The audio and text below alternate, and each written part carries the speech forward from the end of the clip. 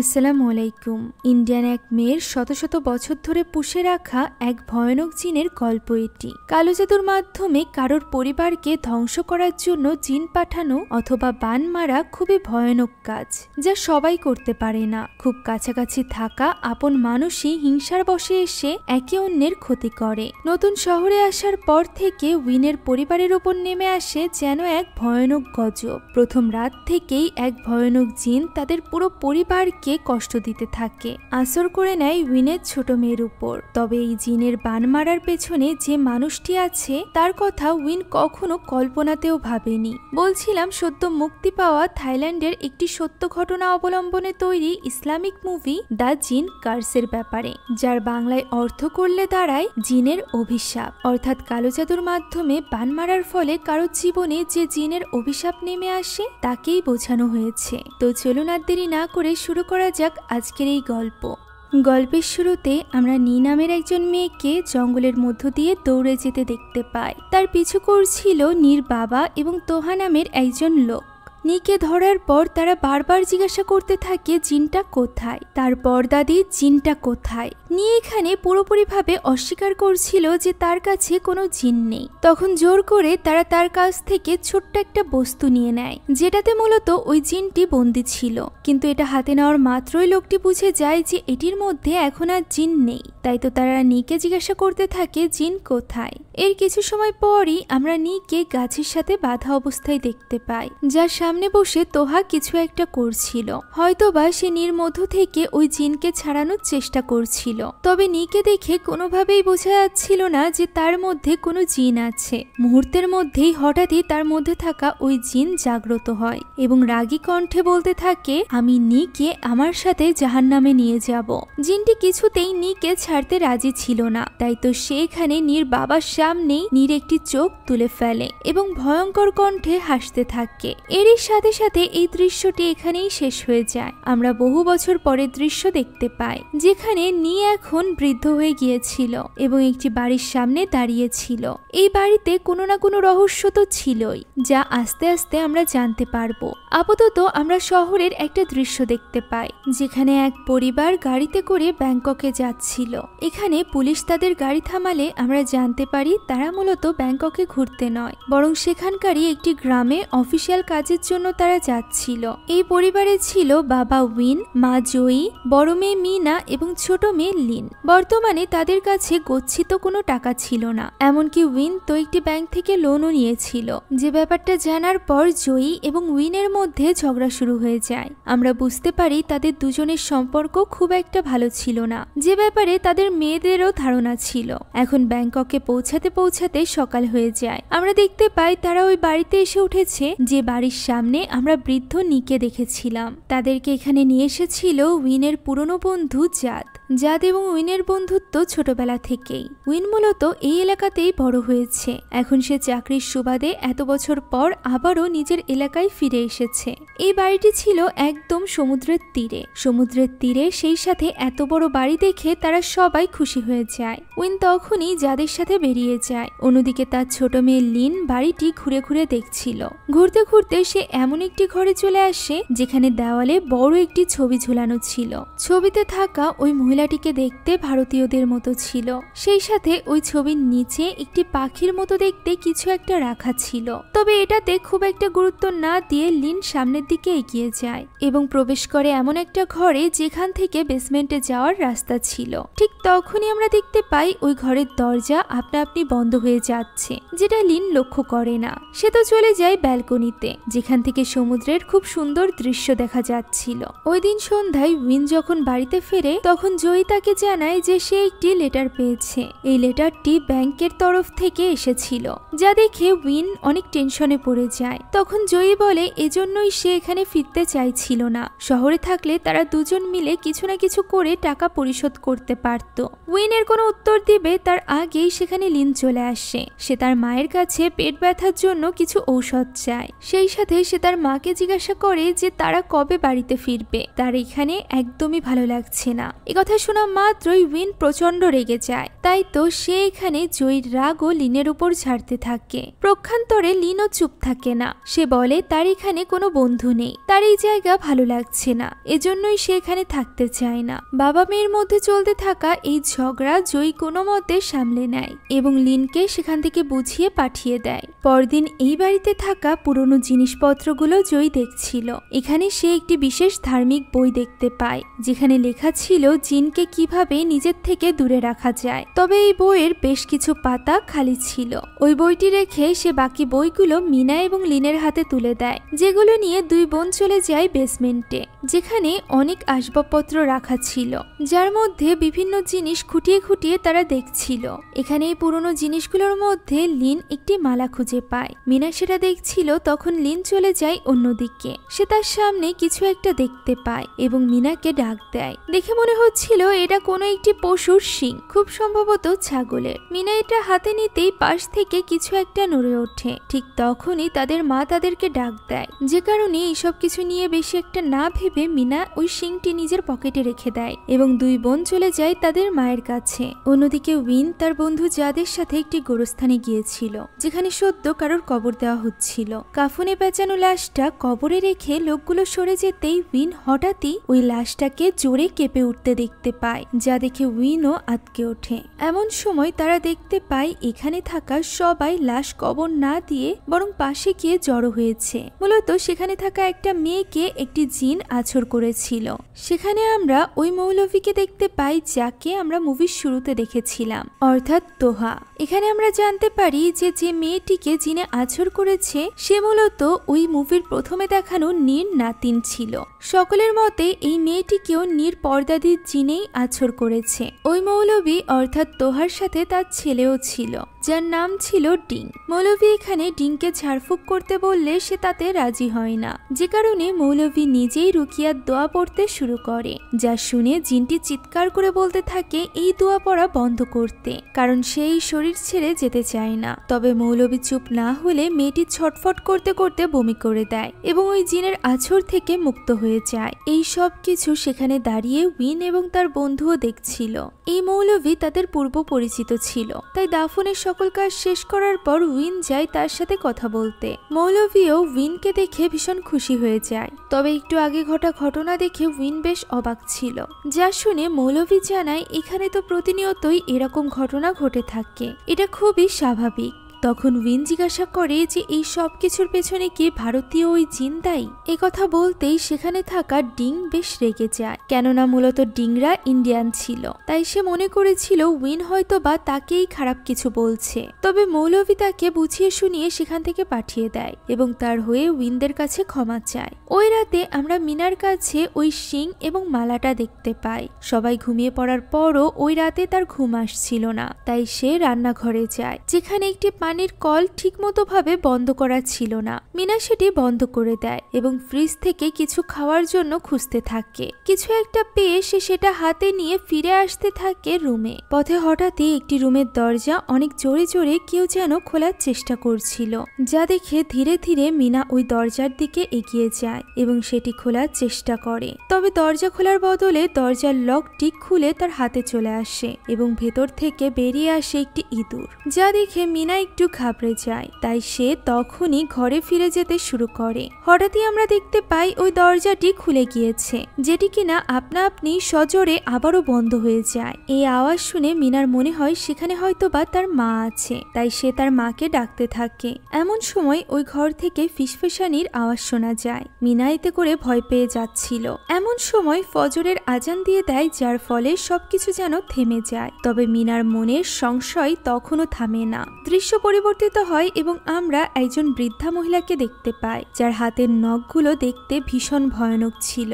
সে এখানে কোনো শয়তানি জিনের বই পড়ছিল।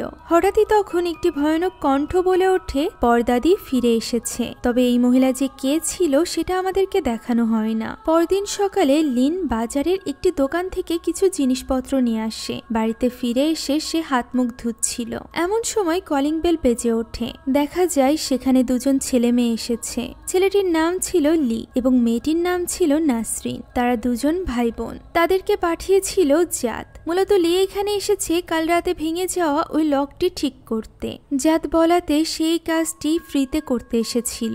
ওই সময় লি লিনকে শহর থেকে গ্রামে আসার জন্য একটু কটু কথা বলে, যা শুনে লিনেরও রাগ হয়। তাদের দুজনের প্রথম পরিচয় খুব একটা ভালো ছিল না। অন্যদিকে নাসরিন তাদের ওয়াশরুমে গিয়েছিল, সেখানে নিচে পড়া কিছু একটা দেখে সে ডাস্টবিনে ফেলে দেয়, আর এরপর সে ওই বাড়ির মধ্য দিয়ে ঘুরতে থাকে। তখন সেখানে জয়ী চলে আসে এবং তার ব্যাপারে জিজ্ঞাসা করে, যার উত্তরে নাসরিন জানায় তার ভাই এখানে লক ঠিক করতে এসেছে এবং সেও তার ভাইয়ের সাথে এসেছে। নাসরিন এখানে খুব অদ্ভুতভাবে তাদের পারিবারিক ফটো দেখে বলতে থাকে যে তাদের পরিবারটি খুব হ্যাপি ফ্যামিলি, তাই না? তার মুখে এমন কথা শুনে জয়ীর কাছেও বেশ অদ্ভুত লাগে। এই সময় নাসরিন ব্যাপারটা সামলে নেয় এবং তাকে একটি বক্সে করে আনা ওই গ্রামের স্পেশাল খাবার দেয়, যেটা সে তাদের জন্য নিয়ে এসেছিল।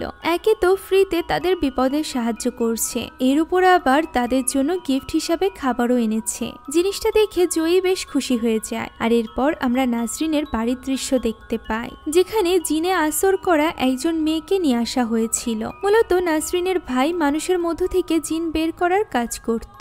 এখানে ওই মেয়েটির মধ্য থেকে জিন বের করার সময় সে নাসরিনকে কামড় দেয়, যার ফলে নাসরিন খুব রেগে যায় এবং মেয়েটিকে সজোরে একটি চড় মারে। এরপর নাসরিনের ভাই ওই মেয়েটিকে জিনের আছর থেকে মুক্ত করে। সে মেয়েটিকে তার পরিবারের হাতে তুলে দিয়ে যখনই ঘরে প্রবেশ করে, তখনই নাসরিন তার ভাইকে অনুরোধ করতে থাকে তাকেও এই বিদ্যা শেখানোর জন্য। কিন্তু তার ভাই এতে রাজি হয় না, কারণ তাদের পরিবারে কখনোই মেয়েদেরকে এই জ্ঞান দেওয়া হয় না। আর তার মতে নাসরিন যেহেতু অনেক বেশি রাগী, তাই তার মধ্যে এই জ্ঞান থাকা খুব ভয়ানক হতে পারে। সে তো বরং লিকে এই কাজটি শেখাতে চাইছিল, যার এই ব্যাপারে কোনো রকম আগ্রহই ছিল না। ফলে নাসরিনের এখানে মনক্ষুণ্ণ হয়ে যায়। তবে সে তার ভাইকে ডেকে বলে তার ভাই যেহেতু তাকে এই জ্ঞান শিখাবেই না, তাহলে সে যেন নাসরিনের জন্য হলেও এই পরিবারের খেয়াল রাখে। একথা বলে সে তার ভাইয়ের সামনে তুলে দেয় উইনের পরিবারের ছবি, যা দেখে তার ভাই থমকে যায়। আমরা বুঝতে পারি এই ছবিটি নাসরিন উইনের বাড়ি থেকে চুরি করে এনেছে এবং সে এখানে তার ভাইকে উইনের পরিবারের উপর কালো জাদু করতে বলছে। তবে এর কারণ আমরা আস্তে আস্তে জানতে পারবো। এদিকে ওই দিনই উইনের অফিসের প্রথম দিন ছিল। তার বস এখানে তার মতো একজন গুণী এমপ্লয় পেয়ে অনেক খুশি ছিল, যে ব্যাপারটা সে প্রকাশ্য করে। একথা বলে যে তার অফিসে এমন কোনো গুণী কর্মচারী নেই। বসের মুখে এমন কথা শুনে সেখানে থাকা জাত এবং তার বাকি কর্মচারীরা ভীষণ লজ্জায় পড়ে যায়, কেননা বস তাদের ব্যাপারেই বলছিল। সেই সাথে বস এখানে বেশ বড় একটি প্রজেক্ট উইনের হাতে তুলে দেয়। ওই দিন রাতে জয়ী একা বসে ওই কালো জাদুর ব্যাপারে লেখা বইটি পড়ছিল, সেই সাথে ওই খাবারটি খাচ্ছিল যেটা নাসরিন আজ তাকে দিয়ে গিয়েছে। এমন সময় উইন বাড়িতে আসে। এত গভীর রাত পর্যন্ত বাড়ির বাইরে থাকায় জয়ী তার উপর ভীষণ রেগেছিল। এই ব্যাপারে জিজ্ঞেস করাতে উইন বলে সে তার অফিসের কাজে ব্যস্ত ছিল। তখন জয়ী জানায় সে তার বন্ধু জাতকে কল করেছিল, যে তাকে জানিয়েছে যে উইন নাকি সন্ধ্যা 7টায় অফিস থেকে বের হয়ে গিয়েছে। যা শুনে উইন বলে সে তার এক বন্ধুর সাথে চা খেতে গিয়েছিল। একথা শুনে জয়ী আরো বেশি রেগে যায়, কারণ সে উইনের উপর এক বিন্দু বিশ্বাস করতে পারছিল না। আর এর কারণও এখানে আমরা জানতে পারি। মূলত অতীতে উইন এবং জয়ী যখন এখানে থাকতো, তখন উইন জয়ীকে একবার ধোঁকা দিয়েছিল।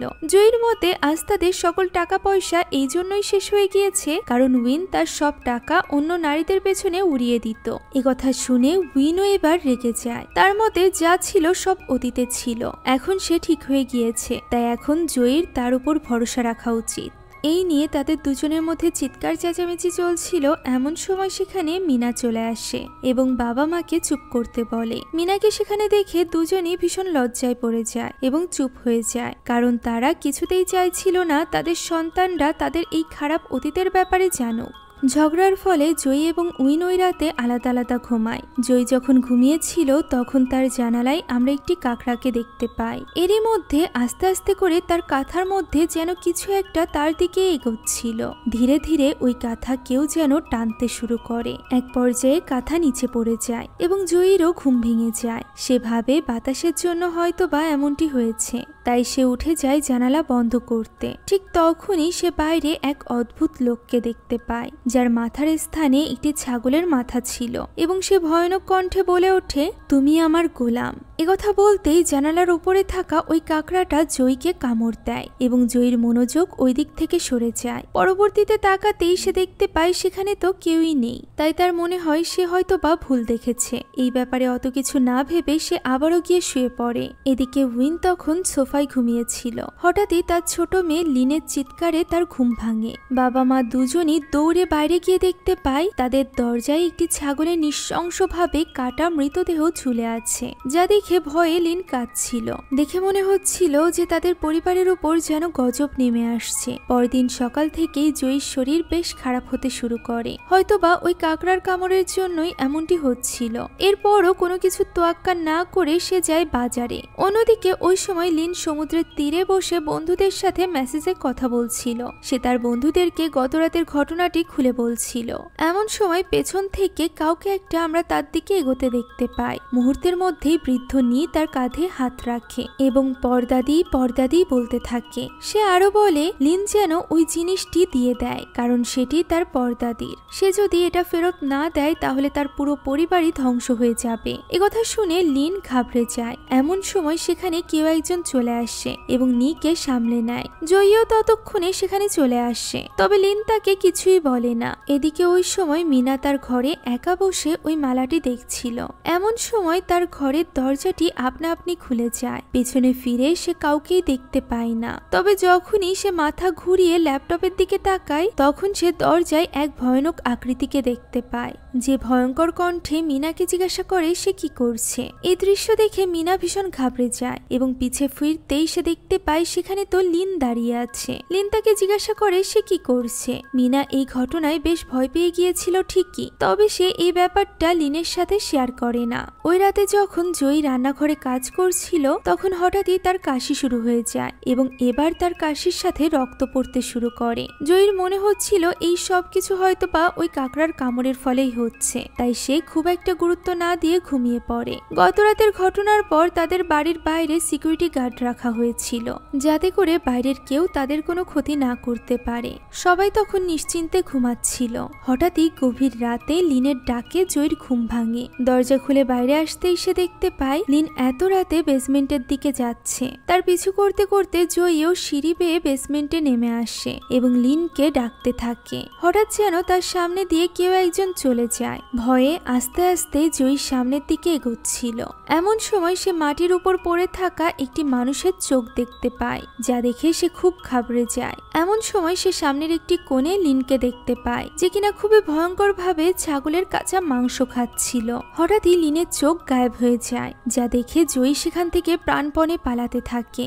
দৌড়ে উপরে এসে দরজা খোলার চেষ্টা করতে থাকে সে, তবে দরজাটি কিছুতেই খুলছিল না। সেই সাথে তার পায়ের কাছে চলে আসে ওই চোখটিও। হঠাৎই এক ভয়ানক জিন তার কানের কাছে এসে জিজ্ঞাসা করে তার রবকে। এই প্রশ্ন করতেই জয়ীর ঘুম ভেঙে যায়, অর্থাৎ এই সব কিছু তার স্বপ্নে ঘটছিল। তাই সে উঠে গিয়ে বাইরে চেক করতে থাকে। তখন দৃশ্য যায় অতীতে। আমরা নিয়ের ভেতর থেকে ওই জিন ছাড়ানোর রাতের দৃশ্য দেখতে পাই। এখানে নিয়ের রুকিয়া করছিল অল্প বয়সী মৌলভী তোহা। নি ভয়ানক ভাবে তার বাবা এবং তোহাকে ভয় দেখাতে শুরু করে। তবে এক পর্যায়ে এইভাবে দোয়া দুরুদ পড়তে পড়তে নিয়ের ভেতরকার জিনকে শান্ত করতে তারা সক্ষম হয়। দৃশ্য বর্তমানে ফিরে আসে। আমরা লিকে দেখতে পাই যে কিনা তার বন্ধুদের সাথে বাইক নিয়ে ঘুরে বেড়াচ্ছিল।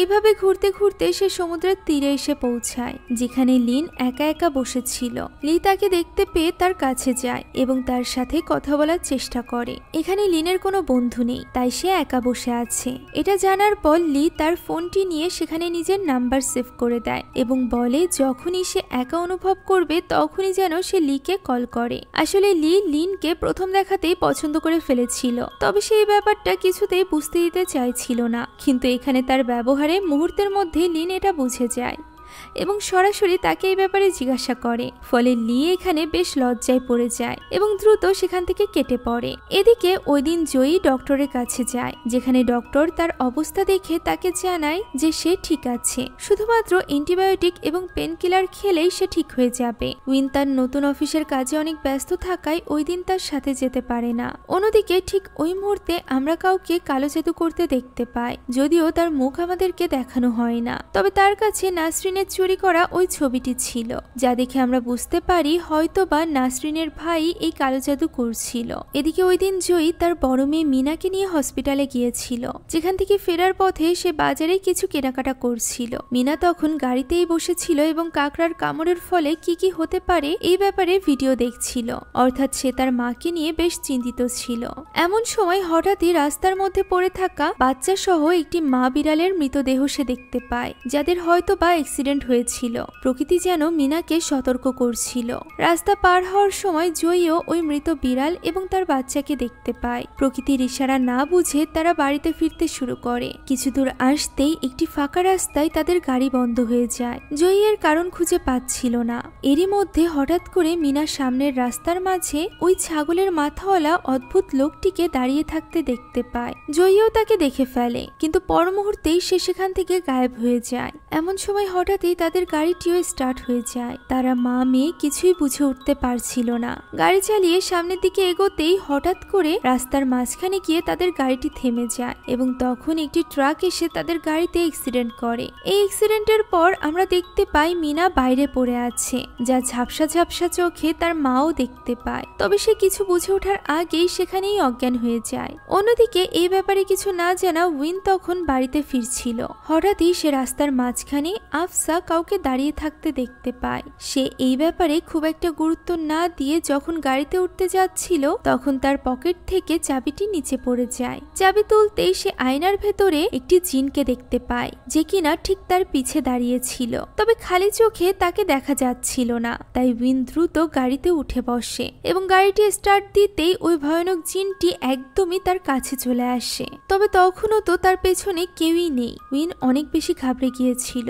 এমন সময় জাত সেখানে চলে আসে এবং তাকে তার স্ত্রী সন্তানের অ্যাক্সিডেন্টের খবর দেয়। অন্যদিকে ততক্ষণে জয়ী এবং মিনাকে হসপিটালে নিয়ে যাওয়া হয়েছিল। উইন যতক্ষণে হসপিটালে পৌঁছায় ততক্ষণে ডক্টর এসে লিনকে কারোর মৃত্যুর সংবাদ দেয়, যেখানে লিনের সাথে লিও উপস্থিত ছিল। বাবাকে সামনে দেখে লিন যেন আরো বেশি ভেঙে পড়ে। বারবার জিজ্ঞাসা করার পর লিন তার বাবাকে কাঁদতে কাঁদতে বলে যে তার বাবাকে হাজার বলা সত্ত্বেও তাদেরকে সে বাড়িতে নিয়ে যায়নি। এখন মিনা আর কোনোদিনও নিজেদের বাড়িতে ফিরতে পারবে না। একথা শুনে তার বাবা একেবারেই হতবাক হয়ে যায় এবং কান্নায় ভেঙে পড়ে। পরদিন সকালে বৌদ্ধ ধর্ম মোতাবেক মিনার শেষকৃত্যের আয়োজন করা হয়, যেখানে ওই মৌলবীর সাথে সাথে লি এবং নাসরিনও এসেছিল।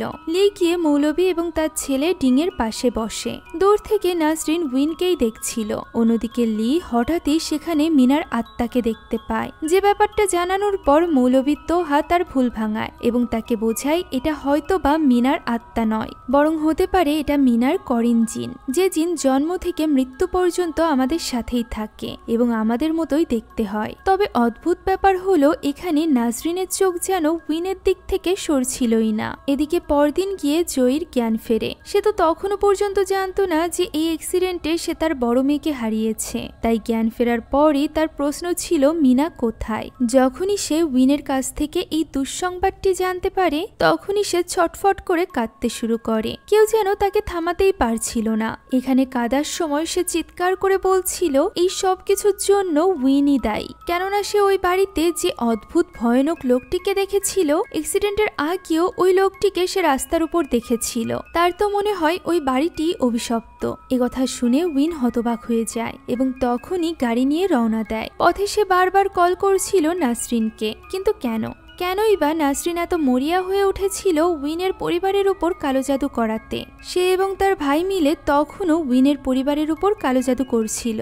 এখন আর এখান থেকে ফেরার কোনো পথ ছিল না। এটা জানার পরও নাসরিন নিজের রক্ত দিয়ে শয়তান জিনের সাথে একটি ডিল করে, যে ডিল অপূরণ থাকলে সে মারাও যেতে পারে। তারা যখন এই কাজে ব্যস্ত ছিল তখন সেখানে আসে লি। তবে অনেক ডাকাডাকির পরও সে নিচের ঘরে কাউকেই খুঁজে পায় না। এদিকে উপরের ঘরে নক হতেই দরজা খুলে নাসরিন। সামনে দাঁড়িয়ে ছিল উইনকে দেখা মাত্রই নাসরিন বলে ওঠে, তুমি ফিরে এসেছো। এখানে নাসরিন নিজ মনে উইনের সাথে কথা বলছিল, যা লুকিয়ে লুকিয়ে দেখে ফেলে লি। এদিকে ততক্ষণে উইনের কাছে এটা তো পরিষ্কার যে এই সব কিছুর পেছনে নাসরিনের কালো জাদুই দায়ী। তাদের এই সকল কথা শুনে লিও বুঝতে পারে যে নিশ্চয়ই নাসরিন এবং উইনের মধ্যে কোনো সম্পর্ক ছিল। তাই সে তখনই চলে যায় নাসরিনের ঘরে এবং সেখানে সব জিনিসপত্র ঘাঁটতে শুরু করে। এক পর্যায়ে সেখানে সে উইন এবং নাসরিনের ছবি খুঁজে পায়, সেই সাথে পায় একটি ডক্টরের রিপোর্ট যেখানে নাসরিনের মিসক্যারেজের ব্যাপারে রিপোর্ট করা ছিল। সে এই সবকিছু দেখে একদমই হতবাক হয়ে গিয়েছিল।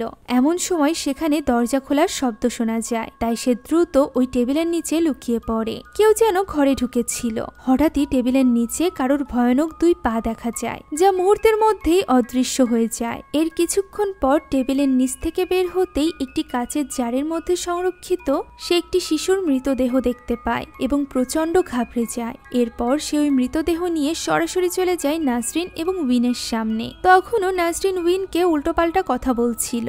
এরই মধ্যে সেখানে লি এসে নাসরিনকে ওই বাচ্চা শিশুটির ব্যাপারে জিজ্ঞাসা করে। তখন উত্তরে নাসরিন জানায় এটি সেই বাচ্চা যার পিতা তাকে গ্রহণ করেনি, এমনকি মেরে ফেলতেও বলেছিল। একথা শুনে উইন একেবারেই চমকে যায়। এখানে একটা ব্যাপার ক্লিয়ার হয়ে যায়। প্রথম দিকে উইনের স্ত্রী কয়েক বছর আগে উইনের যে পরকীয়ার কথা বলেছিল, সেই পরকীয়ার সম্পর্ক আসলে নাসরিনের সাথে ছিল। তবে জয়ী জানতো না মেয়েটি আসলে কে। এমনকি এই অবৈধ সম্পর্ক থেকে নাসরিন প্রেগনেন্ট হয়ে গিয়েছিল, যখন তাকে এইভাবে বাচ্চা সহ একা ফেলে রেখে গিয়েছিল উইন। উইনকে জানানোর পর সে বলেছিল নাসরিন যেন এই বাচ্চাকে মেরে ফেলে। উইন এখানে জানায় সে ভেবেছিল নাসরিন হয়তোবা মিথ্যা বলছে, এ কারণেই সে এমনটা করেছিল। একথা শুনে নাসরিন আরো বেশি রেগে যায়। সে বলে সে তার সন্তানকে ভালোবাসত, সে তার সন্তানকে রেখে দিতে চেয়েছিল, তবে সে তা রাখতে পারেনি। ওই দিন তার সন্তানের সাথে নাসরিন নিজেও মারা গিয়েছিল। উইন যেমন তাকে এবং তার সন্তানকে মেরে ফেলেছে, ঠিক একইভাবে এবার উইনকে তার নিজের স্ত্রী এবং সন্তানকেও হারাতে হবে। প্রথম সন্তান তো ইতিমধ্যে মারা গিয়েছে, এবার পালা দ্বিতীয় সন্তানের। যেহেতু লিনকে পছন্দ করত, তাই সে নাসরিনকে আটকানোর চেষ্টা করে। তবে নাসরিন এই মুহূর্তে কারোর কোনো কথাই শুনতে রাজি ছিল না। নিজের স্ত্রী সন্তানকে বাঁচানোর জন্য উইন এখানে নাসরিনের সামনে আত্মসমর্পণ করে এবং আকুতি মিনতি করতে থাকে যাতে করে নাসরিন তার সন্তান এবং স্ত্রীর কোনো ক্ষতি না করে। এর বদলে সে নিজের জীবন দিতে পর্যন্ত রাজি ছিল। নাসরিন তো এটাই চাইছিল, সে তো উইনকেই মারতে চাইছিল। সে উইনকে মেরে ফেলার জন্য তার উপর আঘাত করতেই যাবে, ঠিক তখনই নাসরিনের ভাই উইনের মাথার উপর নিজের হাত রেখে দেয়, যার ফলে সে নিজে আহত হয়ে পড়ে। সে এবার নাসরিনকে থামতে বলে, কারণ ইতিমধ্যে সে অনেক কিছু করে ফেলেছে। সেই সাথে সে উইনের হাতে তুলে দেয় ওই জিনের পুতুলটি, যে জিনকে সে উইনের বাড়িতে পাঠিয়েছিল উইনের পরিবারকে শেষ করতে। একমাত্র এই পুতুলের মাধ্যমেই ওই জিনকে আটকানো সম্ভব। সে এই পুতুলটা উইনকে এই জন্য দেয়নি যাতে করে উইন তার পরিবারকে বাঁচাতে পারে, বরং সেই কাজ এই জন্য করেছে যাতে করে নাসরিনের পাপ নামায় নতুন করে আর কোনো পাপ যোগ না হয়। এমনকি সে এখানে উইনকে দ্বিতীয়বার তার সামনে আসতেও নিষেধ করে, তা না হলে সে নিজ হাতেই উইনকে শেষ করে দিবে। উইন তখনই ওই জিনের পুতুলটি নিয়ে সেখান থেকে বেরিয়ে যায়। লি তখন নাসরিন এবং তার ভাইকে উদ্দেশ্য করে বলে সে সেই কাজই করবে যেটা উচিত বলে তার মনে হবে। একথা বলে লিও সেখান থেকে বেরিয়ে যায়, অর্থাৎ লি এখন তার পরিবারের পক্ষে ছিল না। এদিকে উইন ফেরার পথে তার বন্ধু জাদকে কল করে এবং তাকে দ্রুত হসপিটালে যেতে বলে, কেননা এই মুহূর্তে উইনের স্ত্রী এবং সন্তান দুজনকেই বাঁচানো প্রয়োজন। তবে তার পক্ষে দুই দিকে যাওয়া সম্ভব নয়, তাই সে জাদকে বলে জয়কে নিয়ে বাড়িতে ফিরতে। এদিকে সে চলে যায় তার বোনের বাড়িতে, যেখানে সে তার মেয়েকে রেখে এসেছিল। তবে এই সকল ঘটনা যখন ঘটছিল তখন আমরা ওই বাড়ির দৃশ্য দেখতে পাই, যেখানে লিন পুরোপুরি একা ছিল। লিন তখন ঘুমিয়েছিল। হঠাৎই তার ঘুম ভেঙে যায় এবং সে চোখ মেলে তাকায়। তার চোখ তখন পুরোপুরিভাবে সাদা ছিল। পর মুহূর্তে সে আবারও ঘুমিয়ে পড়ে, আর এরপর তার ঘুম ভাঙে তার বোন মিনার ডাকে। ঘুম থেকে উঠেই সে মিনাকে খুঁজতে থাকে, তবে তার আশেপাশে কেউই ছিল না। এমন সময় আচমকা কেউ তার মাথায় আঘাত করে, ফলে লিন অজ্ঞান হয়ে যায় এবং এরপর তার মাথা ঝাঁকিয়ে ঝাঁকিয়ে মাথা থেকে রক্ত কালেক্ট করে নেওয়া হয় একটি ছোট্ট পাত্রে। এই কাজটি আর কেউ নয় বরং বৃদ্ধ নি করছিল। সে ওই রক্ত নিয়ে কালো জাদু করতে আরম্ভ করে। লিন তখন ব্যথায় কাঁদছিল। বৃদ্ধ নি বলে সে তাকে আগেই মানা করেছিল ওই জিনিসটা থেকে দূরে থাকতে। এখন পর্দাদি চলে এসেছে। এখন নি খুনিকে তার কৃতকর্মের ফল ভোগ করতে হবে। একথা বলে সে ভয়ানকভাবে কালো জাদু করতে থাকে। এখানে তার আঙুল দেখে আমরা বুঝতে পারি সেই মূলত লিনদের বাড়িতে আসার প্রথম রাতে ওই বইয়ের সাথে কালো জাদু করেছিল। কিন্তু কেন? এখনো অনেক রহস্য খোলা বাকি আছে। সাথে থাকুন, আস্তে আস্তে সব জানতে পারবেন। আপাতত তাকে কালো জাদু করতে দেখে এই সুযোগ নিয়ে লিন সেখান থেকে পালাতে চায়। হামাগুড়ি দিয়ে সে সামনে কিছুটা এগিয়েও যায়, তবে বৃদ্ধ নি তা দেখে ফেলে এবং একটি পেরেক সেই সাথে হাতুড়ি নিয়ে তার দিকে এগোতে থাকে। তাকে এইভাবে নিজের পাশে দেখে লিন অনেক ভয় পেয়ে যায়, তবে তার জন্য তো আরো ভয়ানক কিছু অপেক্ষা করছিল। সে যাতে সেখান থেকে পালাতে না পারে তাই খুব নৃশংসভাবে বৃদ্ধ নি তার হাতের মধ্যে পেরেক পুঁতে দেয়, আর এরপর আবারও নিজের আসনে গিয়ে কালো জাদু করতে থাকে। সব রিচুয়াল শেষ করে সে ওই পাত্রে কিছু জিনিস নেয়, যে পাত্রে লিনের রক্ত ছিল। এরপর সে সেই জিনিসগুলো নিয়ে লিনের কাছে আসে এবং তার চুলের মুঠো ধরে তার মাথা উঁচু করে। লিনের কপালে সে কিছু একটা লাগিয়ে দেয়, যেটা লাগানোর সাথে সাথেই লিন চিৎকার করে ওঠে এবং তার পুরো চোখ সাদা হয়ে যায়, যেন কি সে কোনো জিনের বশে চলে এসেছিল। এরই সাথে বৃদ্ধ নির মুখে ফুটে ওঠে এক শয়তানি হাসি। এই ঘটনার বেশ কিছুক্ষণ পর উইন গিয়ে পৌঁছায় তার বোনের বাড়িতে, যেখানে দরজা বন্ধ ছিল এবং বাইরে ঝুলছিল তার বোনের লাশ। তাই উইন দরজা ভেঙে ভেতরে প্রবেশ করে। সেখানে প্রবেশ করতেই সে লিনের এক ভয়ানক রূপ দেখতে পায়, যে কিনা ঘরের এক কোণে দাঁড়িয়ে ছিল। পর মুহূর্তে সে সেখান থেকে অদৃশ্য হয়ে যায় এবং জানালা দিয়ে উইন দেখতে পায় লিন দৌড়ে জঙ্গলের দিকে যাচ্ছে। তাই সেও লিনের পিছু করতে থাকে। অন্যদিকে লি মৌলভী তোহা এবং তার ছেলে ডিংকে ডেকে এনেছিল উইন এবং তার মেয়ে লিংকে সাহায্য করার জন্য। সবটা শোনার পর মৌলভীর যেন বিশ্বাসই হচ্ছিল না যে নাসরিন এবং তার ভাই কোনো পরিবারের এত বড় ক্ষতি করতে পারে। কথা বলতে না বলতেই তারা গাড়ির সামনে দিয়ে উইনকে দৌড়ে জঙ্গলে যেতে দেখতে পায়। তাই তারাও গাড়ি থামিয়ে তার পিছু করতে থাকে। এদিকে উইন তো পিছু করছিল তার মেয়ে লিনের, যে কিনা এখন পুরোপুরিভাবে ওই জিনের বশীভূত ছিল। কিছু দূর যেতেই একটি গাছের সাথে ধাক্কা খেয়ে লিন নিচে পড়ে যায়। উইন তখনও মোবাইলের লাইট জ্বালিয়ে লিনকেই খুঁজছিল। হঠাৎই ছুরি হাতে লিন তার সামনে চলে আসে। লিনের এই ভয়ানক রূপ দেখে উইন হতভম্ব হয়ে যায়। এদিকে পিছু করতে করতে লিরাও উইনকে হারিয়ে ফেলেছিল। এমন সময় দূর থেকে উইনের চিৎকারের আওয়াজ শোনা যায়, যে আওয়াজের পিছু করতে করতে তারা পৌঁছে যায় উইনের কাছে। ওই সময় লিন উইনের উপর বসেছিল এবং তাকে মেরে ফেলার চেষ্টা করছিল। মৌলভী তোহা ডিংকে পাঠায় উইনের উপর থেকে লিনকে তোলার জন্য, তবে লিনের ভেতরে থাকা জিন ডিংকে উড়িয়ে দূরে ফেলে দেয়। লি বেচারা ভয় পেয়ে যায় এবং ছুটে চলে যায় ডিংয়ের কাছে। এদিকে মৌলভী আয়াতুল কুরসি পড়তে আরম্ভ করে, যার ফলে ওই জিন কিছুটা দুর্বল হয়ে পড়ে এবং উইনকে ছেড়ে দেয়। আয়াতুল কুরসির ফলে ছটফট করতে করতে ওই জিন লিন সহ হাওয়ায় ভাসতে থাকে। তবে আয়াতুল কুরসি পড়া শেষ হতে না হতেই সেখানে দমকা হাওয়া শুরু হয়ে যায়। এই ঝড়ো হাওয়ায় কেউ যেন দাঁড়াতেই পারছিল না। ওই মুহূর্তে মৌলভী তোহা উইনের কাছে জিনকে আটকে রাখা ওই পুতুলটি চায়, যাতে করে সেটি পড়িয়ে জিনকে সে পুরোপুরিভাবে ধ্বংস করে দিতে পারে। তবে এই বাতাসে আগুন যেন জ্বলছিলই না। এরই মধ্যে ওই জিন নিচে নেমে আসে এবং সকলকে উদ্দেশ্য করে বলতে থাকে সে এই বাচ্চা মেয়েটিকে নিজের সাথে করে নিয়ে যাবে, কেউ তাকে আটকাতে পারবে না। একথা বলতে না বলতেই মৌলভী ওই পুতুলটিতে আগুন ধরিয়ে দেয়। ঠিক তখনই জিনটি চিৎকার করে ছুটে আসে মৌলভীর কাছে এবং প্রথমে তো সে তার হাত ভাঙে, আর এরপর ঘাড় মোটকে মৌলভী তোহাকে সে মেরে ফেলে। মূলত এই পুতুলটি পুড়িয়ে দেওয়ার পরও ওই জিনের কিছুই হয়েছিল না, আর এর কারণও আমরা জানি। মূলত লিনের মধ্যে নাসরিনদের পাঠানো ওই জিন নয়, বরং তার মধ্যে ছিল বৃদ্ধ নির পরদাদির জিন, যে জিনকে এর আগেও একবার তোহা হার মানিয়েছিল। এ কারণেই তোহার সাথে তার ছিল ব্যক্তিগত শত্রুতা, তাই সে আগে তোহাকে মেরে নেয়। এখনো পর্যন্ত এই ব্যাপারে কারোর কোনো ধারণাই ছিল না। ডিং তো এখানে তার বাবার মৃত্যুতে একেবারেই ভেঙে পড়েছিল, তবে উইনের কাছে তার প্রতি দুঃখ প্রকাশ করার মতো সময় ছিল না, কারণ তার মেয়েকে সহ ওই জিন অলরেডি সেখান থেকে পালাতে শুরু করেছে। তাই তো উইনও তার পিছু করতে থাকে। অন্যদিকে আমরা জাতকে দেখতে পাই, যে কিনা জয়ীকে নিয়ে হসপিটাল থেকে ফিরছিল। প্রতিমধ্যে তার বাইকটি থেমে যায়, তার গাড়ি আর সামনের দিকে এগোচ্ছিল না। তবে জয়ীর মন তো কিছুতেই মানছিল না, তাই সে আর এক মুহূর্ত সেখানে না দাঁড়িয়ে দৌড়ে ছুটে চলে যায় বাড়ির দিকে। এদিকে জঙ্গল দিয়ে দৌড়াতে দৌড়াতে উইন চলে এসেছিল নিজের বাড়ির সামনে। বাড়ির ভেতর থেকে লিনের চিৎকারের আওয়াজ ভেসে আসে, যা শুনে উইন ভেতরে প্রবেশ করে এবং চলে যায় বেসমেন্টে যাওয়ার ওই ঘরের সামনে। তবে ওই দরজা খোলার সাহস তার মধ্যে ছিল না। কি জানি দরজা খুলে সে নিজের মেয়েকে কোন অবস্থায় দেখবে। কোনো মতে সাহস করে সে দরজা খোলে। তখনই হাওয়ায় ওই জিনের কণ্ঠ ভেসে আসে, যে কিনা বারবার বলছিল ও আমার, ওকে আমি নিয়ে যাব। লিনকে খুঁজতে খুঁজতে উইন সেই ঘরে চলে আসে যে ঘরের মধ্য দিয়ে বেসমেন্টে যাওয়ার সিঁড়ি ছিল। সেখানে ছাদের উপরই ঝুলছিল জিনের বসে থাকা লিন। এমন সময় বেসমেন্টের ওই সিঁড়ি দিয়ে উঠে আসে নিজস্ব রূপে ওই জিন, যাকে দেখে উইন তো পুরোপুরি অবাক। ঠিক তখনই তার উপর ঝাঁপিয়ে পড়ে উপর থেকে লিন। সে উইনকে বারবার আঘাত করতে থাকে। বারবার আঘাত করে সে তার বাবাকে অর্থাৎ উইনকে মেরে ফেলতে চাইছিল।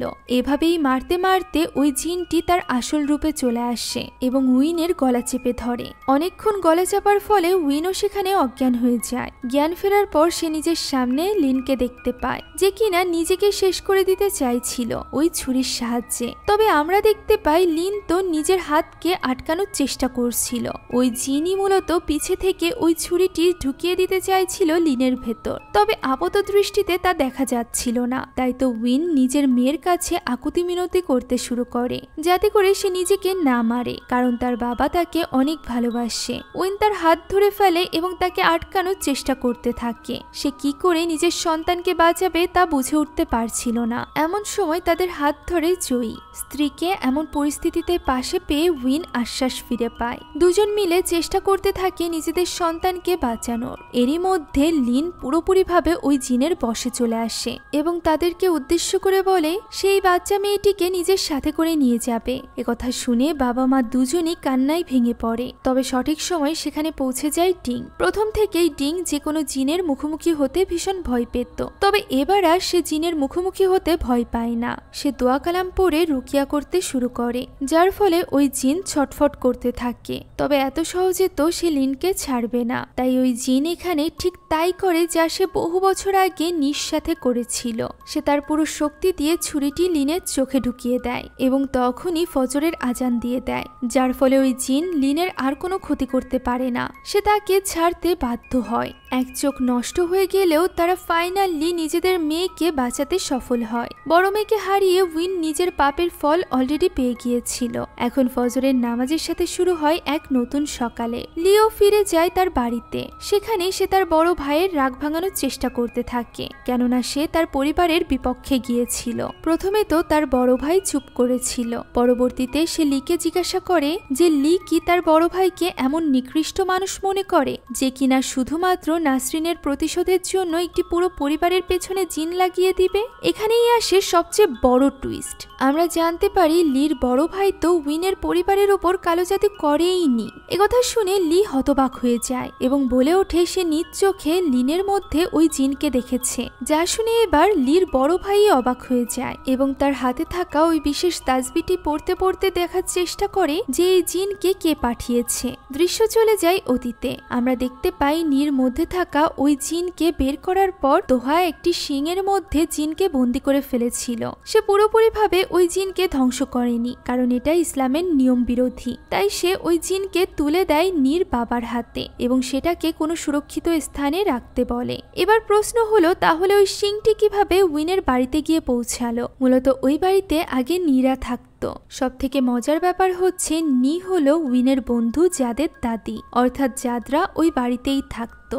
জাদরা মূলত ইন্ডিয়ান ছিল, আর ওই বাড়িতে থাকা ইন্ডিয়ান মহিলার যে ছবি সেটা হলো জাদদের পর্দাদির ছবি। চাকরির সুবাদে বহু বছর ধরে তারা ওই একই বাড়িতে ছিল। তবে এই চাকরিতে খুব একটা ভালো ফলাফল না করতে পারায় যাদের কাছ থেকে ওই বাড়িটি নিয়ে দিয়ে দেওয়া হয় উইন এবং তার পরিবারকে। তাহলে কি এই বাড়িতে থাকার কারণেই জাদদের পেছনে ওই জিন লেগেছিল?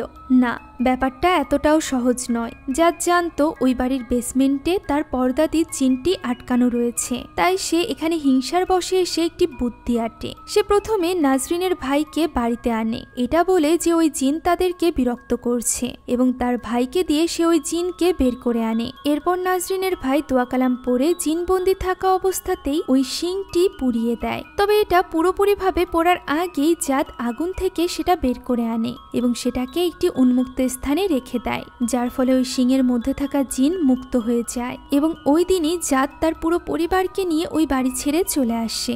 একই দিনে বাড়িতে এসে ওঠে উইন এবং তার পরিবার। তারা তো জানতোই না তাদের জন্য সেখানে কোন বিপদ অপেক্ষা করছে, বন্ধুত্বের পেছনে লুকিয়ে রয়েছে কোন শত্রুতা।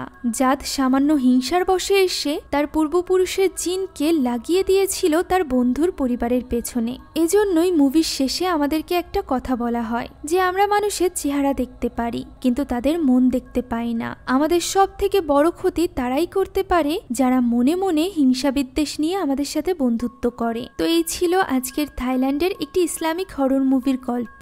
এই ভয়ানক গল্পটি আশা করছি আপনাদের কাছে ভালো লেগেছে। যদি ভালো লেগে থাকে তাহলে একটি লাইক এবং একটি কমেন্ট করতে ভুলবেন না এবং অবশ্যই সাবস্ক্রাইব করুন যাতে করে আমরা 1.5 মিলিয়নের পরিবারে পরিণত হতে পারি। Thank you so much for watching this video. আল্লাহ হাফেজ।